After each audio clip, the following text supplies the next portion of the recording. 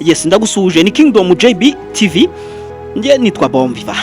Ibihugu byinshi ku isi biri mu Burusiya byasabye Leta Zunze za Amerika ndetse na Israel guhagarika ibitero ndetse no gushaka inzira y'amahoro. Ni mu gihe ibiciro bya petrol ku isi byazamutse ku kigero gihambaye. Intambara yatumye inzira y'amato yitwa Strait of Hormuz ifungwa ndetse iranabangamirwa. Iyi nzira ikaba inyuzwamo hafi 20% bya petroli ikoreshwa kuri iyi si. Bityo rero igiciro cya petrole kikaba cyazamutse kigera hafi ku madolari 100 kuri barrel. Ibi rero bikaba byateje ihungabana rikomeye ku bukungu bw'isi ndetse no ku masoko y'imari. Ahantu ndangamateka muri Iran hakaba harangiritse bikomeye cyane.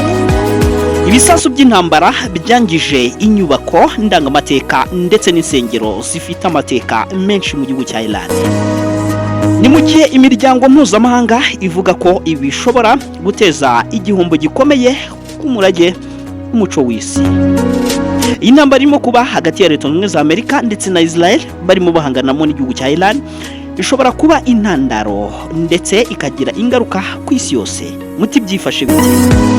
Impuguke zivuga ko iyi ntambara ishobora guteza izamuka ry'ibiciro by'ibikomoka kuri petrol.